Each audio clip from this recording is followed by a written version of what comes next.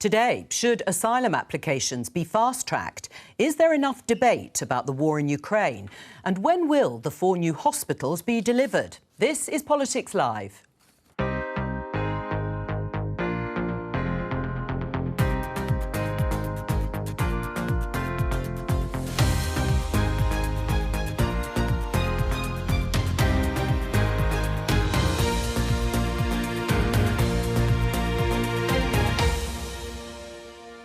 Joining me today, Conservative MP and former Chief Whip Wendy Morton, Liberal Democrat Foreign Affairs spokesperson Layla Moran, journalist and author Paul Mason, and executive editor of the website Unheard, Freddie Sayers. On the programme. That's what I'm here to set out today, how a new mission-driven Labour government will end sticking plaster politics. The Labour leader looks to the future, but is there enough substance in his 5 missions? Morning, Mr. President. Everyone wants to be pictured in Kyiv, but is there too little debate about the war in Ukraine? Overflowing sewage, and over here is a rat that's just come out of the sewage. Damaged drains, leaking roofs, ceilings supported by props. Why are so many hospitals in a state of disrepair? Does the Prime Minister understand, though, how upset my constituents are to have bookings for weddings and other special family events cancelled when the Home Office took over a much-loved hotel? Is fast-tracking applications the answer to clearing the backlog of asylum seekers living in hotels?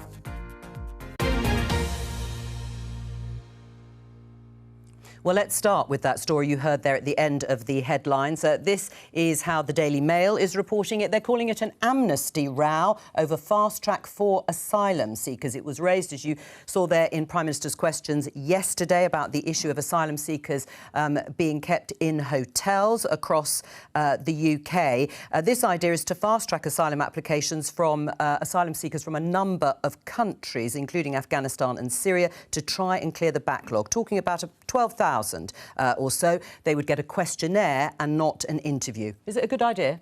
Look, we know that there's a backlog of asylum cases. Yeah, it's huge. Absolutely, we need to tackle. We also know that communities are not happy when they find that there's a local, much-loved hotel that is full of asylum seekers, so something has to be done. So there is this new scheme. I think it's important that, certainly I'm looking for the detail of what it actually means. I think it's important, though, to recognise it isn't assuming that there's one outcome or another if for those 12,000 that are to be processed. And it's important to look at it in the round alongside the other work that we're doing in terms of asylum and making sure, for me, this is a success if it is all part of that, saying to people very clearly, if you come to the UK illegally, then expect to be detained and then returned.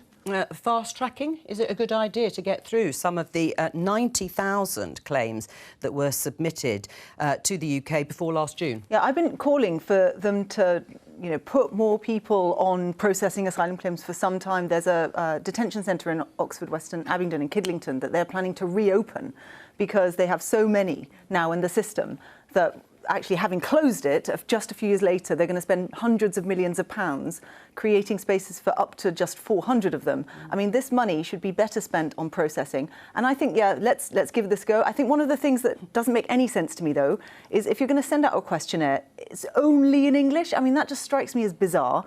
We know that many of these people, and I've supported them as their constituency MP, are traumatised. Many don't speak English at first. If you're going to have a fair system where they can make the case and you can assess it properly, let's put the resources properly behind it, which should include interpreters. Is it sending the right message in terms of the deterrent that Wendy Morton and government claim they want to put in place?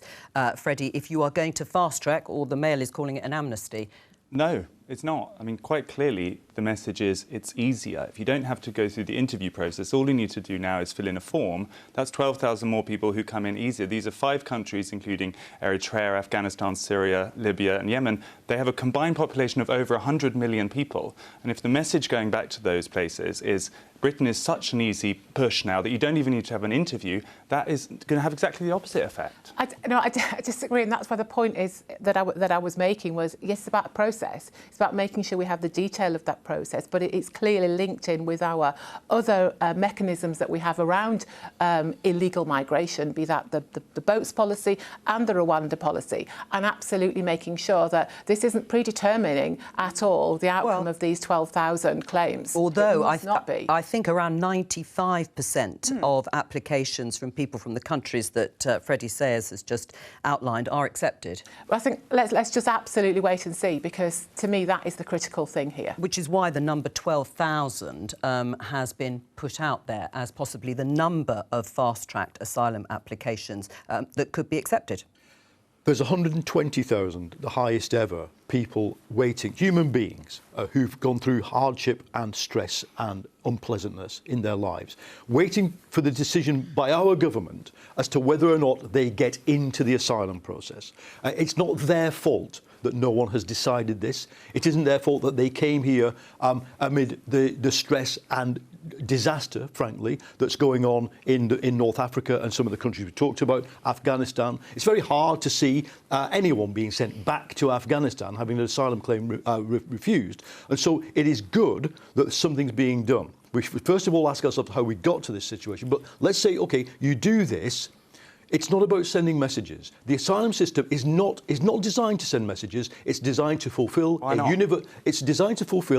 universal human right. And the number one message I want to send is that Britain respects the universality of the right to claim asylum. But hang on, let me let Freddie come back in first, and then I'll get a final word. There's a kind of unspoken fact here, which is we've just done some polling at Unheard about immigration, and still now, all these years after Brexit, with apparently it coming down as a priority for voters, we calculate that every single constituency in Great Britain, other than Bristol West, as it happens, is net against immigration being as high as it is. And that includes parties, including the Liberal Democrats, including the Tories, and including Labour. I know Paul is keen on becoming a Labour MP, so we need to pay attention to what voters actually want and deliver what they're asking for. I mean, there is a difference between seeking asylum, of course, and migration in general. But Wendy? Absolutely. And that point about constituencies, I know what my constituents will write in about, and this is one of their top concerns. It's in my inbox a lot of the time. But I think it's important that we distinguish between legal routes and illegal routes, and quite often when we're having this debate, the two get muddled together. Wendy, I'm sorry, you closed the legal routes. That's why this is happening. Surely the answer is partly to reopen the legal routes too, so that they can fill in these forms not when they've got to the country, but before they even would you leave. like legal routes from Yemen, from Saudi Arabia, from Eritrea? There needs to be. I mean, we've closed the one from Syria, for example, and in the time it was open, we resettled 4,500 with proper support. Last year, it was something like 450. The legal routes are absolutely key, and it stops them from having to get in the boats in the first place. Well, you mentioned Paul obviously wanting to be a Labour candidate. Let's talk about the Labour Party, because Keir Starmer, the leader, has delivered a major speech, one of a series of speeches he's going to be making around Labour's 5 key missions. He was in Manchester setting out the parameters, broad parameters of Labour's election manifesto. We can see them here. Deliver the highest growth in the G7, become a clean energy superpower, securing the NHS for the future, make our streets safe and break down barriers to opportunity. I would say there's nothing to probably disagree with in those 5 broad missions. Let's listen to Keir Starmer answering questions from journalists about the fact that perhaps he wasn't addressing the issues of the here and now. We've had 13 years of sticking plaster politics. We've had 13 years of going round and round in circles, always ending up in the same place and never moving forward. And this is absolutely needed. And I reject the argument that the public don't get it. Everybody knows in their own life that you do fix a problem when it comes to maybe your pipes or your car or whatever it is. But everybody knows you've also got to fix the fundamentals. Otherwise, you'd just be back in the same place at the end of the exercise. Let's talk to the Shadow Education Secretary, Bridget Phillipson, who is there in Manchester. Hello to you, Bridget. One of the first things that struck people, I think, is the vagueness of these missions. Not having the answers for the here and now is a problem, isn't it? Double-digit inflation, backlogs in the NHS and labour shortages. People want to know what you would do with that now.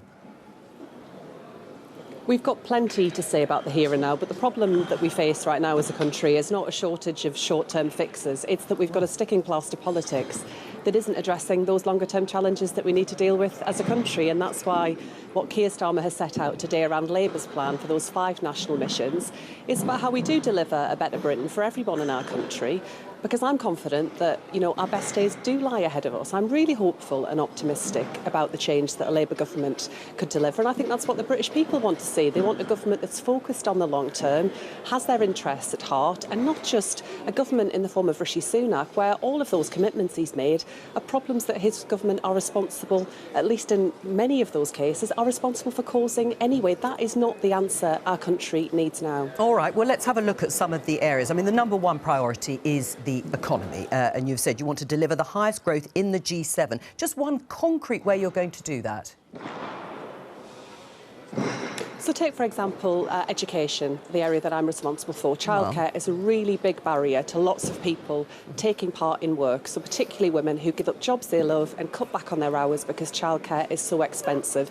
That reform of childcare that we'll deliver, the first step being breakfast clubs, so to make it easier for parents to combine dropping off their children at school and getting to work, but a bigger reform too, because what Keir was also saying is that it's not enough just to continue to prop up systems that just aren't delivering for the British people. So we do need to see longer-term change that I think reflects the lives that people live today. And I know that childcare is going to be a big issue for you and probably all of the parties at the next general election. But that policy that you've just outlined, what percentage would that add in terms of GDP? How much will the economy grow as a result of your policy on childcare? When you take that policy around childcare together with our apprenticeship reform, together with the plan that John Ashworth, my colleague, the Shadow Work and Pensions Secretary, has set out around getting many of those inactive over 50s back into work, that would make a significant contribution, not just to growing our economy, but also to making sure that we see people better off, more money in their pockets, better off, people feeling that government is making a difference in their lives. It's all of that taken together. It's fixing our Brexit deal, it's having an well strategy, it's Britain being proud of our place in the world once more, looking outward, trading, harnessing those opportunities where it comes to making us a clean energy superpower. Well, you've mentioned the Brexit. We've set out a lot about those changes we could make in the short term as well as that longer term plan. But what everyone is wanting to know from Labour is how you're going to achieve these laudable aims that you have set out in terms of growth. If we're going to stick with the economy, you mentioned improving the Brexit deal. Well, there are some concrete suggestions, helpfully, I'm sure, from the Labour's London Mayor, Sadiq Khan, who says Labour should be having a debate about rejoining the single market. That would add and grow the economy and add to our GDP. Do you agree with him? I agree that we need to fix the Brexit deal that evidently isn't working, and I do think we need a closer trading relationship with the European Union. And is that by rejoining the single market?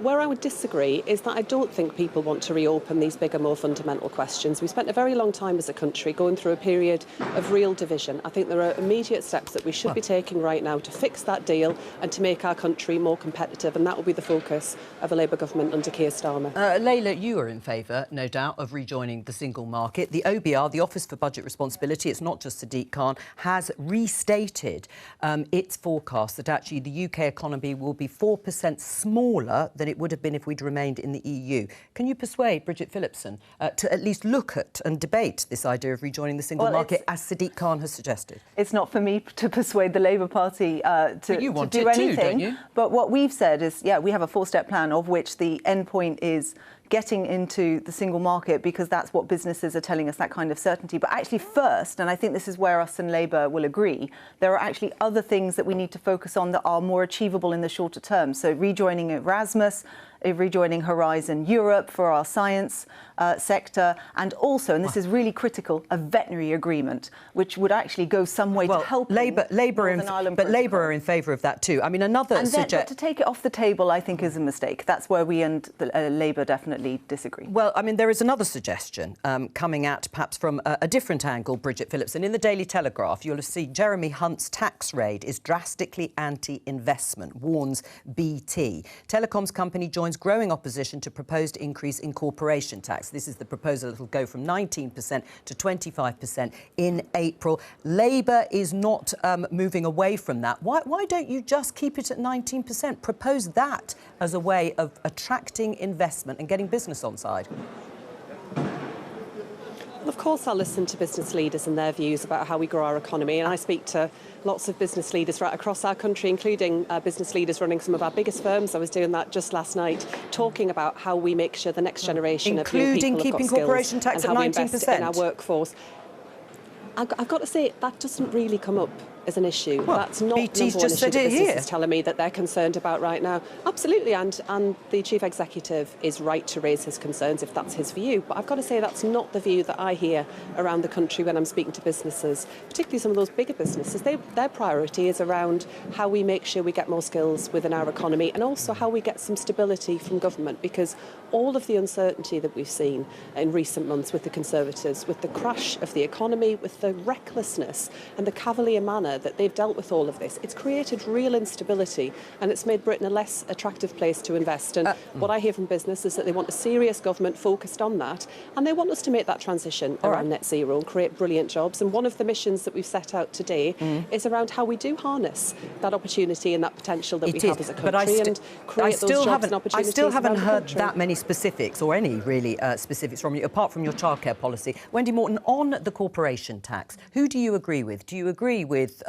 Rishi Sunak and Jeremy Hunt, or is BT right? Well, look, I've got businesses in my patch who are saying, please don't increase corporation tax. I mean, I hope that the government continues to look at it, but I think this comes back to growing our economy, and it also comes back to, we've been listening to Labour's 5 missions. This is the 11th relaunch we've had of the Labour Party. We've got Rishi Sunak's 5 priorities, 5 pledges. He's doing clearly, they've only had one leader. But five is obviously the magic number here. But what I'm about to say, Joe, is that Labour setting out missions. People, I think, and businesses want more than a mission. They want to know what Labour is going to do today. We've set out, yes, our 5 priorities, but very, very clearly what we're going to do.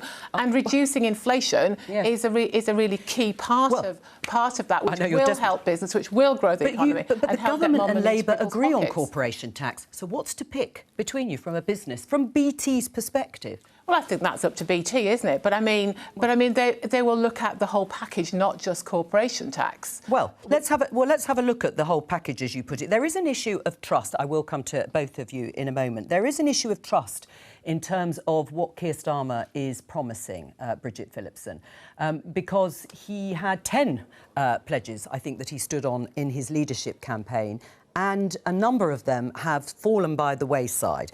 One that is certainly not firm anymore is in your area of education, and that's tuition fees.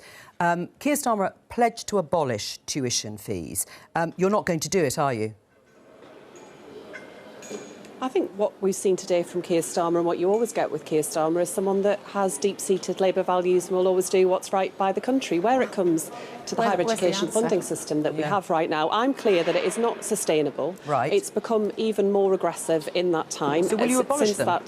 Since we had the Labour leadership, we need a different system. It needs replacing with a different system altogether. It's not sustainable, it's not right for the taxpayer, and it isn't giving universities the certainty that they need. So we need a more progressive system. Absolutely, that has to be the case. But, you look at the shape of the economy and you look at the impact and the damage that the Tories have caused with that mini budget, with Liz Truss, with everything that's followed since. And we're going to face some pretty tough decisions if we're fortunate enough to win that election and form the next government. Okay. And that comes down to the decisions that were taken in the short term, but also over the last 13 years. So when Wendy criticises what we're setting out, that longer-term vision and that longer-term plan, I tell you, there's one way that we could see what the British people think, and that's by having a general election. Let's see who the British people prefer. Let's see whether who they think has the better vision for a Britain that is more focused in the long run, that isn't just dealing with the problems that the government have themselves created. NHS waiting lists, crime rising, all of these problems. They've had 13 years. All right. Well, let Wendy come back.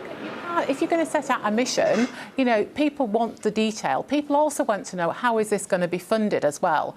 And that's the issue that I have. And this is as I said, the 11th relaunch of the Labour leadership. So when you're talking about trust, where do you go from there? All right, Paul and Freddie. Paul, first of all, we heard from Bridget there saying that Keir Starmer, you can trust him on his Labour values. But when you look at those leadership pledges, I took a look at them again, ending outsourcing in the NHS, it's not going to end end outsourcing in the NHS. That may be the right decision. He also said there'd be public ownership of rail, mail, water. It's now only rail. The whole direction of Keir Starmer's leadership has changed, and probably for electoral reasons. But how can people trust what he stands for?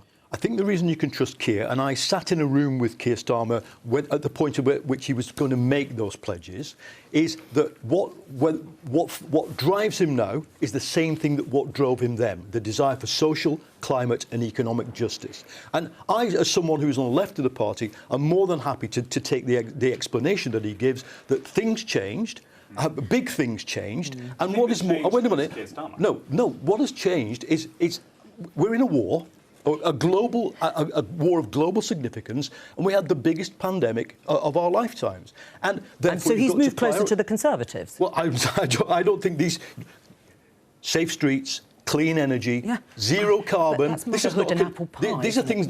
These are things that the Conservatives have not delivered, will not deliver, certainly on the healthcare. So you'll do the same things but better?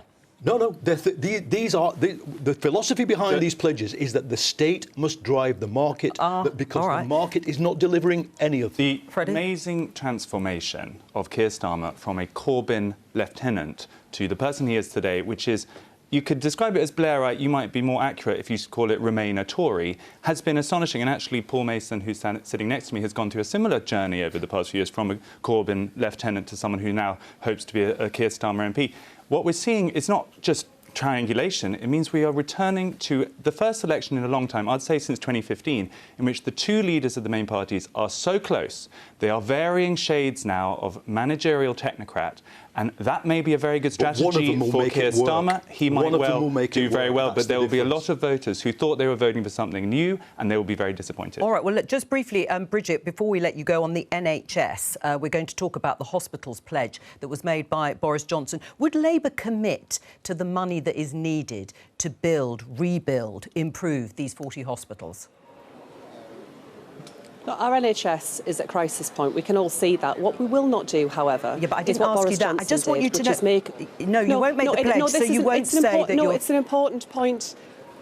He never had a plan to deliver it. Yeah, but I'm asking about your plan. What we won't do is make promises that we aren't confident. We will make promises that we will deliver. That is absolutely vital to trust in politics. Boris Johnson had no intention of ever building 40 hospitals. There were never going to be 40 hospitals. What we would do where it comes to the NHS is make sure that we're investing in the workforce of the future. So we've got a plan to double medical school training places, to deliver more health visitors, more nurses, more staff into our NHS. That's vital. It's a fully funded, fully costed plan that would deal with that challenge that we see, would make sure that we're addressing that waiting list problem. We won't be making commitments we're not confident we can deliver. That's the difference in the approach that we're taking and the Conservatives. Bridget Phillipson, thank you very much for joining us, Shadow Education Secretary there in Manchester. We'll stick with the hospitals discussion and that pledge that was made by Boris Johnson in 2019. Let's just have a look at a video that was recorded outside King's Lynn Hospital in Norfolk. Overflowing sewage, and over here is a rat that's just come out of the sewage. Let's talk to Rebecca Fisher. She's from Norfolk. She filmed that a few weeks ago. Hello to you, Rebecca, and your daughter there. What's her name? Cleo. Hello, Cleo. Why do you use the hospital as often as you do? So Cleo has a condition that affects her blood sugars. So we're in and out of the hospital quite frequently for brain scans, blood tests, and just being admitted in general if she's poorly. And what's it like? We saw a little bit of footage there for the video you filmed, pretty shocking. Yeah. What is it like? What are the problems there? The sewage, the video was the first time we'd noticed the sewage before. We'd gone through a different entrance than we usually use. But most of the time when we visit the hospital, it's pretty much a building site. There's over 3,000 props currently holding the hospital's roof up. And some of them are even in the children's wards. So when we are admitted and we have to stay overnight, there are wooden props above our head to keep the roof up, and that can be quite scary. Do you think there's any chance that that hospital, the hospital you use, will be rebuilt or improved? I'm hoping so. There's been campaigns for quite a number of years now to get a new hospital because the one that we've currently got is just inadequate. But so far, we haven't seen any new plans. I know they're planning on building a multi-storey because there's quite a few problems with the car park as well. The car park just isn't big enough for the amount of people that use the hospital. But there's no plans currently, in place 100% for a brand new hospital, and it needs to be done. All right, Rebecca, stay with us. Wendy, listening to that, I mean, can you give her any reassurance? Look, I'm not the health secretary, so I don't have the plan. But what I will say though is that we did make that pledge. A lot has happened since then. Don't forget, we have had COVID, we have had the pandemic. I think it's also important to all recognise that there is investment going into the NHS. And listening to Bridget Phillipson earlier, I wasn't sure that there even was a plan there. But there is money that is going into the training of doctors and nurses. There is also the surgical hubs that we're investing heavily in, community diagnostics. And when it comes to actual hospitals, I know in my own area in Walsall, we're almost seeing the completion of the new accident and emergency department at Walsall Manor, which was a £40 million investment. So there is investment going into our hospitals. But I appreciate that the lady being interviewed clearly isn't seeing it where she is. Right, are you reassured by that, Rebecca? Not really. I think it's scary enough to have a poorly child that's in and out of hospital anyway. And then you go into an NHS hospital and you're seeing sewage and props, and even just to have a plan in place would give us reassurance. But at the moment, we're visiting the hospital and all we're seeing is, a building site. But I think when it comes, if the issue is, things like raw sewage, absolutely, whoever is responsible needs to tackle things like that, because that is not right. Are you saying your government's not responsible? No, I'm not saying that. I'm saying there is a big issue about the big pieces of investment, but then there are some maintenance issues clearly here as well. Yeah, and the hospital apparently said they did clear it up pretty quickly. The problem is, though, Wendy, I mean, we can see it here. There's Boris Johnson. We will build and fund 40 new hospitals by 2030. He repeated that pledge on a number of occasions. And when you look at the progress, after 3 years, most of them haven't even got planning permission. And so we need to keep pushing forward with that. But what I'm saying is that we have had a pandemic in the middle of this, which has impacted on our health service. But to say that we're not investing in the NHS is just simply not true. So that's the same excuse. Sorry, Lenny. Well, just the scale of the undelivery, I think, is worth mentioning. So of the 40 Liberal Democrat Freedom of Information requests revealed that only 10 have even put in for planning permission. So the idea that you're going to get to this 40 number before 2030 is ludicrous. I think the government needs to now come clean and say that they're not going to deliver it. You look at crumbling buildings. We've got one in St Helier and Sutton that my former colleague Tom Brake fought really hard for. They've been promised a new hospital. That hasn't had anything done to it at all. So it's going to be a broken promise. The bigger picture about these broken promises is here you've got the Labour side and the Conservative side both making exactly the same excuse for why their pledges have been broken. It's because of Ukraine, it's because of the economic crisis, it's because of COVID. So if both the main parties are giving the same excuse for why they're not following their pledges, of course voters will become cynical. You can understand that. And what I worry about is that with this sort of merging of the two main parties, we're going to see new populist movements, we're going to see new kinds of political movements that people around this table will find quite unsavoury because people are running out of hope in the main parties. I mean, 5 apparently are under construction of the 40. 2 are complete. And as we've discussed, planning permission hasn't even been put in for a number of them.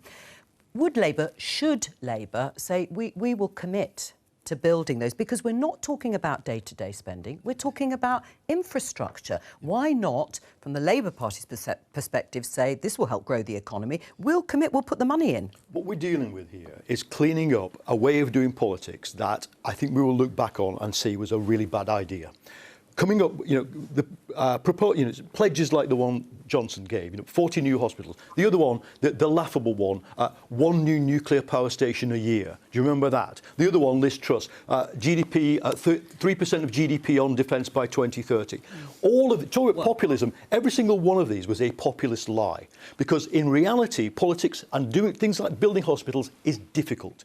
I want Labour, Lib Dems, every front bench to be honest about the scale of disaster, to be honest, of a low-growth, stagnant economy, low-skill economy that we're left with, and cleaning it up isn't going to be done by building 40 new hospitals. We have a healthcare system that's struggling, teetering constantly every morning on the brink of crisis and collapse. That building 40 new hospitals is not the urgent thing. The urgent thing is sorting the social care system, so when you get better from whatever disease you have somewhere to go. I will take that in exchange for 40 hospitals. Well, no one's saying that the challenges aren't there, Paul, but a lot of this comes back to actually fixing the economy as well, which means, you know, bringing down inflation, growing the economy. Hang on. No, you can't keep going back to that. That was really quite recently. Now. You know, we need to, I don't see any plan from the Lib Dems in terms of where you're going to grow the economy, get inflation down, get our debt down so that we can invest in our public services. But when I often hear the word thrown at political parties, but of all sides, about lies, lies, lies, how on earth, when we speak that language, are we going to really try and bring people along the journey? Rebecca might say by delivering on some of these pledges. And we are delivering a lot of the local. Rebecca, do you agree with Paul Mason, who is on the panel, that this isn't the most urgent thing? Building and funding 40 new hospitals. How urgent do you think it is? I think for King's Lynn it is very urgent.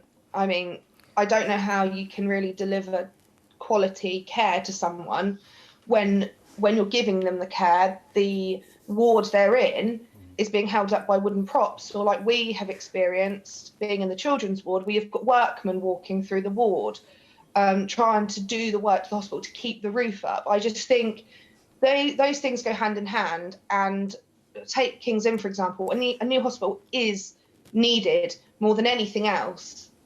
Thank you very much, Rebecca, and to Cleo too for joining us. Just on that issue about urgency, but also about funding. I mean, the Liberal Democrats and the Conservatives were criticised by Labour during the coalition years for cancelling so many of the infrastructure projects because they were seen to have perhaps stifled demand. Would it not be more radical for Labour to say, we won't do a private finance initiative, because that didn't work particularly well under Blair and Brown. We'll put it on the government balance sheet. Well, Labour's single pledge on big spending is the 28 billion a year that Rachel Reeves pledged over green transformation, which includes everything from housing to energy, etc. I think she's been clear that some of that will be borrowed.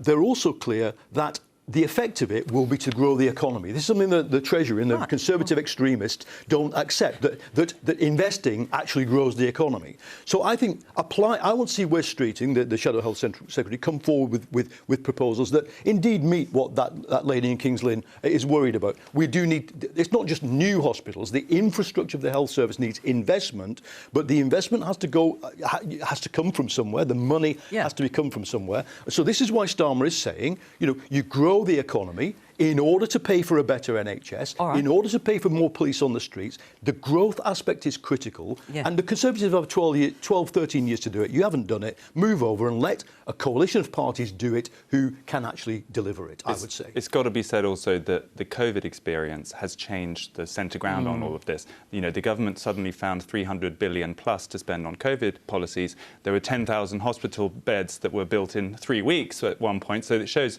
if you really want to, it is possible, and it makes it very hard when failures like this happen. It's hard for people to understand, you know, eye-watering waste in PPE procurement, and yet they can't fix the sewage in a hospital. All right. You know, it really has. Well, let's talk about where there is some political consensus over Ukraine, because the full-scale invasion of Ukraine began a year ago. The House of Commons remains unified on UK support for Ukraine. Let's just take a listen to part of yesterday's Prime Minister's questions. This coming Friday, there will be a national moment of reflection, which will give us the opportunity to pay tribute to the courage of the Ukrainian people and demonstrate our solidarity with Ukraine. Can I join the Prime Minister in his comments about Ukraine? I had the privilege last week of seeing firsthand the courage and resilience of the Ukrainian people, and we must continue to stand united in this House in support of Ukraine. It was a pleasure to meet the delegation from Kyiv before questions and to confirm that across this House we are united in our support for Ukraine and its brave heroes. Is that unity a good thing on the war in Ukraine, Freddie? I think that unity is understandable given the incredible amount of suffering going on in Ukraine. But no, I don't think it is a good thing. I think it is dangerous when all the parties agree and that there is no discussion. And it almost feels like discussion is not allowed on this topic. If anyone ventures any kind of hesitation about the Western plans in Ukraine, they're very quickly dismissed as a Putin apologist or an appeaser. That kind of rhetoric comes out. Whilst good people who are very compassionate about the outrageous invasion happening in Ukraine can legitimately ask, what is the end game? What is the long-term strategy of the Western powers? Are there escalation risks? We hear all about new tanks, new aircraft. How much would be too much? Those are fair questions, I think. And I would like to hear more people talking about how this ends and less of a certainty about how we can up the ante all the time. Paul? How it ends is that Putin pulls out of Ukraine. It's just really simple. And we, as we're not just any old country. We're a member of the 5 permanent members of the UN Security Council. We helped found the UN. We have a duty that arises from that to do what we've done, which is for politics to stay united in support of Ukraine. But I would argue, I don't think there is a consensus. I think actually beneath that consensus we had in the Commons, there's a lot of concern, not just along the lines that you've put, but for example within my own party, Labour. There's a wider feeling that if only this would go away and then things could go back to normal. And we know that because that's how people felt in the 1930s. If only Hitler and Mussolini would go away, we wouldn't have to rearm. I think Ben Wallace said it today in The Sun. There's going to be a conflict within a decade. And I think that very few people in British politics are prepared to change their modus operandi. You said I've changed. I've changed my modus operandi since being in Kiev to realise that this is the number one thing that's happening in my life, that it could destroy everything I've taken for granted, and that therefore politics has to respond to that. Surely there are risks in both directions, right? There's got to be just purely doubling down, increasing the rhetoric. We had President Biden talking against President Putin yesterday or the day before.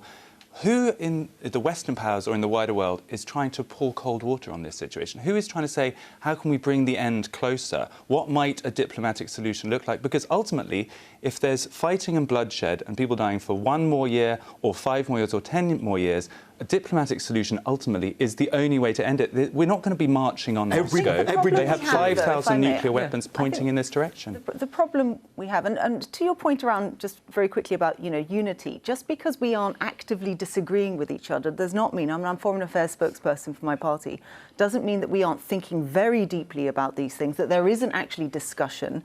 And just because it's happening cross-party and it's trying to be very considered in the light of a man, Putin, who is like going through the looking glass in Alice in Wonderland, lives in a completely alternative universe to us, and actually wants a world order that is totally different to what we hold dear as democracies. I think I would just challenge you to say, don't assume that everyone's just thinking the same. We're not. We have constituents who write in very concerned about it, and it's not that we're taking it lightly. But the fact is, Putin himself is not in any mood to compromise, and I think he is very dangerous. I would agree with what Paul says. We are living through something that we are going to tell our grandchildren about. This is a complete change in not just this country, but the whole world. Geopolitics is back. This is really, really difficult stuff. And by all means, let's have a discussion, but let's not assume that it's not happening. It is happening. It's just happening in a way that's very considered. And perhaps it's happening behind the scenes then. So it's happening behind the scenes. No, it is happening. Not necessarily behind the scenes. Well, here we are. And I think, for me, what we're facing is a brutal, illegal invasion of Ukraine on the edge of the West. It impacts upon us all in many, many different ways, and I actually think it's really important that we do remain a position of solidarity as a country. There is space. I always believe in politics for discussion. It isn't always out there. It isn't always out on the front page of the newspapers. We have constituents that come to us. The vast majority of constituents that come to me are in support of what the UK is doing. So what about fighter jets? What about fighter jets? To take up Freddie's point about is it rhetoric that's just mounting and escalating? Should fighter jets be sent? That's certainly what Boris Johnson and his Truss have proposed. I genuinely believe that nothing should be off the table. However, there is a time and a place, and you do things in the right way. And in terms of the UK, we've committed something like £230 billion. Or last year, we'll do the same. And I'm actually pleased that the Prime Minister has asked the Defence Secretary to actually go away and look at what more we can do. But it's not just about weapons, is it? No. It's also about looking at that piece longer term. It is about security. It's about many other factors. I think the key thing it was interesting for all sorts of political reasons, the interventions for Boris Johnson and Liz Truss. But what they should know is that you also can't do that alone. The thing that Putin fears the most is not just the jets, but actually the unity of the West over this. You have to, if you are going to do this, then lead, but as a whole, you have to convince other Western democratic nations that they should be joining in too. And actually the effect this is having on cooperation, on repairing ties, on getting countries to talk to each other who maybe didn't about this for a long time, I think we will see a stronger small L liberal international order that emerges from this, and that, I think, is a good thing. The West you talk about, the West is shrinking, I'm afraid to say, before our eyes, because you look at the majority of countries in the world, they haven't picked a side on this. The West now feels like Western and Central Europe and North America, and increasingly the new world order, in which America is no longer the global policeman that everyone will fall in behind, is really being revealed here. And that's what is sobering and frightening, that because they're considered a compromised actor in this, because of the missteps over Afghanistan and Iraq, there's no longer the sense that America could actually police a settlement. And we're now in the situation where people like China, these new rising powers, are almost going to be coming in as the new arbiters. I mean, that is a fear, isn't it? I mean, we've already heard Anthony Blinken saying that there is a risk that China starts supplying weapons and ammunition to Russia. An even bigger risk that very few people in the British establishment want to contemplate is that America walks away from NATO under a Republican president. So we have to plan for many eventualities. That's why we in Labour Party are so strongly supportive of NATO. NATO is an insurance policy and always has been since its foundation under a Labour government to trying to persuade America not to walk away. Whether it can be the global hegemon, I don't think it can be. China has a role to play in world politics. Our job, what are all the tanks and fighter jets if we send them? To spend more on defence, is to arm ourselves more? I want rearmament, I want more defence, but more than that, our job is to demonstrate to Beijing that you do not get things by breaking international law. And I think we can do that. I think that is a doable task. And that's why, despite my criticisms of the Iraq war and the Afghan war, I've been... what happened to the anti-war left? That is a fair question to Paul Mason. The Iraq war, there were a million people on the streets. Sitting at this table supporting Quite right. Ukraine. And Liberal Democrats were at the front of that too. Absolutely. Just briefly before we go, we've talked a lot about the Northern Ireland Protocol, that post-Brexit trading arrangements for Northern Ireland. Wendy, for you, Chris Heaton-Harris, this tweet, let's show from Lisa O'Carroll. Chris Heaton-Harris, the Northern Ireland Secretary, to meet Maros Sefcovic in Brussels today from the EU as negotiations continue, but chance of deal this week faded, with Ukraine taking centre stage 1 year after Russia invasion. Do you think there's going to be a deal by Monday? Look, I'm not a betting woman. We'll have to wait and see. And it is about making sure we keep a focus on Northern Ireland and the people. But I'm not going to bet on this. And it would be wrong, actually, for me to speculate when there's this, very, very sensitive negotiations that are ongoing. But as a former chief whip, we know that negotiations are going on with wings of the Conservative Party, because we had a number of MPs who went in to see the Prime Minister. I mean, how difficult is it going to be to bring those wings on board? Well, I am the former chief whip, so I'm going to leave it to the current chief whip. But it will have its challenges, but I will leave it to the chief whip. Layla, are you expecting something? We were expecting something. I think now that if there was white smoke this week, we were expecting it would come, latest today. I think that's very unlikely now. Is it achievable, do you think? Well, the biggest barrier to this now, and we understand from people in the know. The deal is done. The issue here is the Tory party and it's divided and its inability to be able to deliver this deal. All right, that's all we have time for. Thank you to all of my guests for joining me today. I'll be back tomorrow with more Politics UK at 12:15 and, of course, on Monday on BBC Two and the BBC iPlayer. Bye-bye.